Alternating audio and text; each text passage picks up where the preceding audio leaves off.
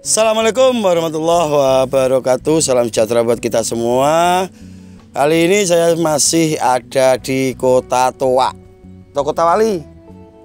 Enak Toa ya, Bos. Kota Toa, Tuban. Saya masih ditemani dengan bocah belajar tani. Di sini kita akan membahas tentang benih yang kecil. Super Mas ini. Super kecil. Ini tanaman milik petani Widang yang benihnya dapat dari Mas Dwi. Cara ngono ciliane. Dan di sini perlu saya perjelas karena kemarin ada komentar di salah satu konten saya, katanya itu kalau benih kecil itu anakannya tidak bisa banyak. Di sini saya jelaskan sesuai fakta di lapangan. Jadi bukan abal-abal, bukan hanya komentar-komentar saja. Jadi benih yang kecil itu cenderung anakannya sedikit, tapi nantinya umbinya bisa besar. Itu fakta yang ada di lapangan. Jadi untuk yang satu ini jangan dibantah. Jadi penjelasannya yang valid itu ditanam dimanapun, benih yang super kecil itu anakannya sedikit, varietas apapun. Jadi anakannya sedikit, nanti cenderung umbinya bisa besar. Jadi kita dengarkan dari penjelasan Mas Dwi, karena ini benih dari Mas Dwi dikasihkan ke tetangga lahannya, seperti itu Mas ya. Jadi jelaskan ini memang benih kecil dan ditanam di sini. Nanti kedepannya juga akan kita lihat hasilnya seperti apa, biar Gusman Bojonegoro itu tidak dibilang hoak. Nanti setelah Mas Dwi menjelaskan kalau ini benar-benar benih dari Mas Dwi, dan nanti kita akan ngupas gimana cara perawatan benih yang kecil. Nanti akan saya bahas sesingkat-singkatnya, sepadat-padatnya, sejelas-jelasnya. Monggo Mas Dwi. Oke, terima kasih. Jadi dulur, ini pertama saya akan bilang ini benih Thailand Nganjuk. Jadi ini saya dulu itu pernah uji coba tanam bawang merah benih raya. Saya tanam benih raya Nganjuk itu agak besar dulur ukurannya. Saya tanam di tanah yang gersang tanpa saya beri pupuk dan tanpa saya spray apapun, tanpa saya siram. Itu ternyata alhamdulillah tidak bisa mengumbi. Akhirnya kecil-kecil. Nah, kecil-kecil itu sampai umur 70 hari itu masih daunnya hijau, Mas. Tapi tidak mengumbi.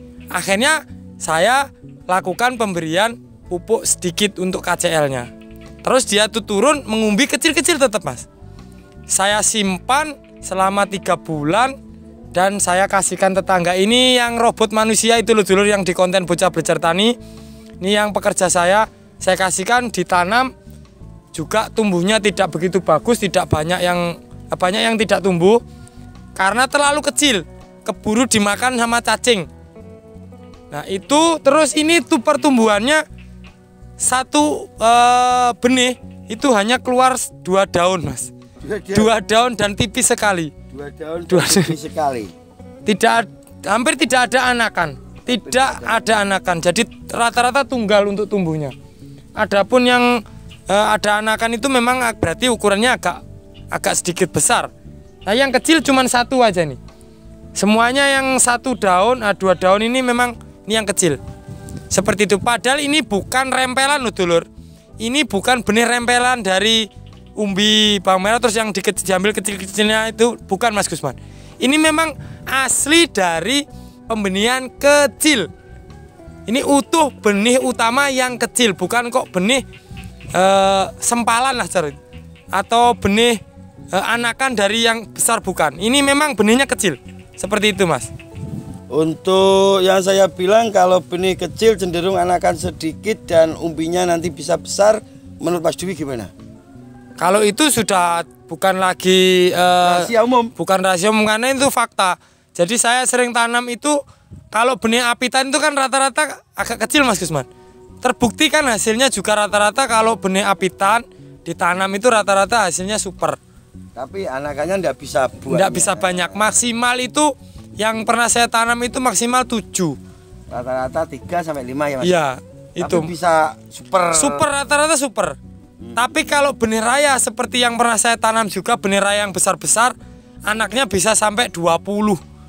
Rata-rata 15. Rata-rata 12 sampai 15. Dan hasilnya juga super, Mas. Hasilnya super Kecil. kecil. Padahal itu kelasnya tanaman konten kreator, Mas. Super. Milik saya itu. Waktu itu ya dibilang Mas Ucup super. Super kecil. Kecil. Itu perawatannya sudah sangat maksimal dan pupuknya juga over. Itu pun masih kecil. Seperti itu, Mas. Ada lagi. Terima kasih untuk Mas Dwi atas penjelasannya. Itu fakta bahwa ini benih dari Mas Dwi dikasih ke tetangganya untuk ditanam, benihnya super kecil. Di sini saya jelaskan untuk cara merawat tanaman yang benihnya super kecil, varietas apapun. Perlu digarisbawahi jika tanaman Anda itu benihnya kecil, kira-kira 1 kintal, persiapkan pupuk 1 kintal. Ini perbedaan dengan benih yang besar.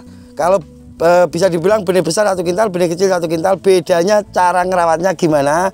Untuk pemupukannya, kalau yang benih kecil bisa dilakukan pemupukan 6 sampai 7 kali, walaupun netonya sama. Jadi bukan nambahi pupuk, bukan. Contoh kecil, kalau tanaman kita itu benihnya besar, kita pupuk 3 kali 1 kintal, benih 1 kintal kita pupuk 1 kintal. Untuk benih yang varietas kecil, pupuknya tetap 1 kintal, tapi cara aplikasinya itu bisa lebih dari 3 kali. Jadi diintir-intir, karena kecil butuh makannya itu sedikit-sedikit tapi terus, jangan langsung digenjot. Itu cara yang pernah saya lakukan. Di sini saya itu nge-share pengalaman yang pernah saya lakukan dan berhasil. Jadi cara ngerawat tanaman yang kecil itu diintir-intir, guys. Jadi tenang, ojo gerusa-gerusu langsung was-bus. Jadi bisa dipupuk berkali-kali dengan itu yang sama, ndak usah ditambahin ndak apa, tapi sering. Kalau mupuk benih yang besar itu 10 hari sekali, bisa benih yang kecil itu 10 hari bisa 2 kali. Kalau benih yang besar sekali mupuk kita habis 10 kilo, berarti kalau benih kecil kita habiskan 5 kilo, nanti selang 5 hari kita pupuk lagi 5 kilo, pupuknya tetap sama habisnya, cuman cara aplikasinya lebih banyak yang benih kecil. Dan untuk fungisida dan insektisidanya pun seperti itu, tidak beda dengan pemberian nutrisi, jangan sampai overdosis.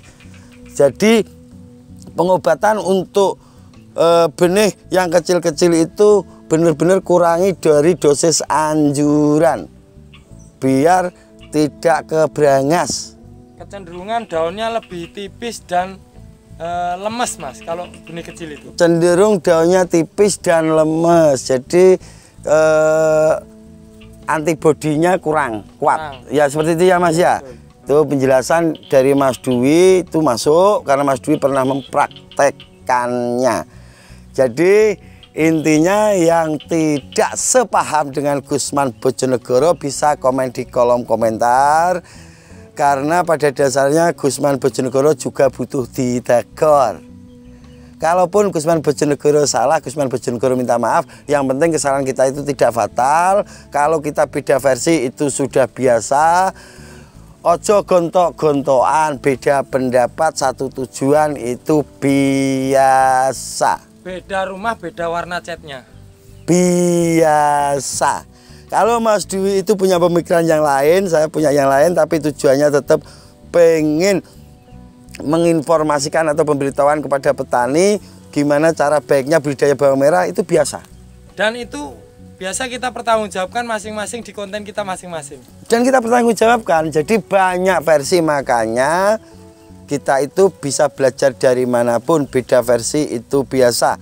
Kalau yang sering nonton channel Gusman Bojonegoro, yang pas untuk dilalui jenengan pakai, yang tidak pas disingkirkan. Karena sering dibilang pelin-pelan, iya, Mas. Karena sering dibilang pelin-pelan. Padahal kita itu mengikuti faktor lahan ya, agroklimat. Faktor lahan, agroklimat lahan. Mas Gusman tidak jelas. Ketidakjelasan saya adalah kejelasan yang sesungguhnya. Jadi apapun yang saya jelaskan itu sesuai yang di lapangan. Jadi Untuk perawatan di Tuban sama di Bantul itu beda. Seperti di sini. Di sini karena airnya banyak, ya harus gotnya dalam lah. Kalau dibandingkan di Bondowoso dan sekitarnya yang lahannya dataran tinggi dan tidak perlu air. Beda, got kan ya beda. Kan beda gitu loh. Jadi beda penanganan dan beda kesuburan tanah. Jadi Bojonegoro kok tidak bisa mengeluarkan tonase 25 kilo. Ada bagian Bojonegoro yang bisa tonase segitu di atas 20, tapi di lahan yang di pinggir gunung-gunung itu bisa. Kalau di dataran rendah itu mentok 15 kilo, rata-rata 10 kilo Mas Dwi ya? Ya, dan saya punya pengalaman nih Mas. Jangankan beda lahan jauh, satu peta itu ada 9 bedeng. Yang 2 bedeng dengan yang lain itu beda tonasenya. Yang 2 bedeng ini pertumbuhannya subur tapi tonasenya sedikit. Nah yang lain itu kelihatannya kurus tapi tonasinya lebih berat. Seperti itu. Jadi itu sudah 6 kali tanam sama seperti itu. 6 kali tanam. Jadi penjelasannya gini. Kok kuat tonase segitu di sana, kenapa di lahan saya tidak kuat? Jadi kesuburan tanah itu beda guys. Cuman kita itu tujuan kita itu mengoptimalkan, memaksimalkan yang biasanya lahannya sampean cuma keluar 7 kilo, kita buat gimana caranya keluar 10 kilo tonasenya. Yang biasa 10 kilo, gimana caranya membuat 13 kilo, minimal 12 kilo.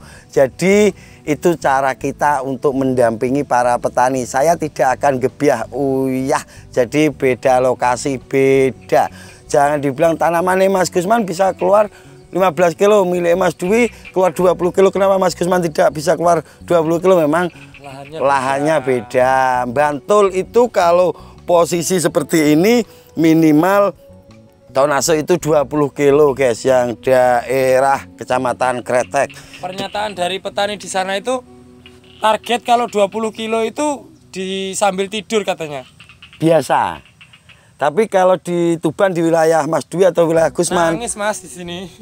Nangis metu krecek. Jadi kalau untuk nanti di bulan 8, akhir bulan 8 atau awal bulan 9, saya tuh diundang oleh petani Brebes, itu mau diajak ke Majalengka, mau dikasih tahu tonase di Majalengka itu ada daerah Majalengka, saya kurang paham persisnya. Yang jelas di sana bisa tonase bisa keluar 1:25. Makanya sering saya tekankan untuk konten kreator lokal yang kontennya itu cuma di lahannya sendiri, jangan berani-berani ngasih masukan karena beda agroklimat, beda kontur tanah. Ya, kayak itu beda. Seperti di sini Mas Gusman. Di sini tonase tidak bisa keluar sampai 20 kilo. Tapi kalau musim penghujan Mas, dibandingkan di wilayah Bantul dan sekitarnya, menang boleh di sini. diadu. Karena apa? Mungkin tonase akan tetap lebih tinggi di sana, tapi perawatannya Mas, hemat di sini daripada di sana. Karena serangan jamurnya lebih tinggi di sana daripada di sini di saat musim penghujan. Nah, seperti itu. Makanya kalau ada yang merasa tersindir langsung komen di kolom komentar ya, yang di Tawangmangu Mas. Ya. Kalau musim penghujan banyak nyari Mas Gusman, tapi kalau musim kemarau lupa sama Mas Gusman. Seperti itu, seperti halnya di Nganjuk. Orang Nganjuk itu saat musim kemarau hebat-hebat tanam bawang merah. Tapi kalau musim hujan moler. Moler. Untuk orang Nganjuk yang tidak terima langsung bisa komen di kolom komentar, karena itu fakta yang sesungguhnya. Kalau musim kemarau orang sana hebat-hebat, tapi kalau musim hujan, padahal di sana pakar semua. Jadi lahan itu beda-beda. Saya kasihan kalau jenengan tanya terus tiba-tiba dia jawab seperti yang dilakukan di lahannya, itu sangat bahaya. Makanya saya mulai mengajak bocah belajar tani tur dari satu kota ke kota yang lainnya, biar tahu kondisi lahannya itu seperti apa, dan biar hati-hati kalau ngasih masukan. Dan jika ada orang yang tanya tanaman saya seperti ini harus diobati apa, tanpa ada visualnya jangan dijawab, karena takutnya salah diagnosa. Bahaya. Oke, itu sedikit penjelasan tentang benih kecil. Apabila ada kata-kata yang kurang enak atau masih ngeganjel, yang merasa terganjel bisa komen di kolom komentar. Anggap aja ini serius. Anggap aja ini bercanda, Mas. Serius. Serius dong. Anggap aja ini Ilmu serius. kok. Ilmu. Yang Anda terima langsung bisa komen di kolom komentar atau bisa undang Gusman Bojonegoro dimanapun Anda berada, dimanapun jenengan berada, Gusman Bojonegoro akan datang dengan senang hati. Ikut ora? Melu. Ikut. Akhirul kalam, wabillahi taufik wal hidayah. Assalamualaikum warahmatullahi wabarakatuh.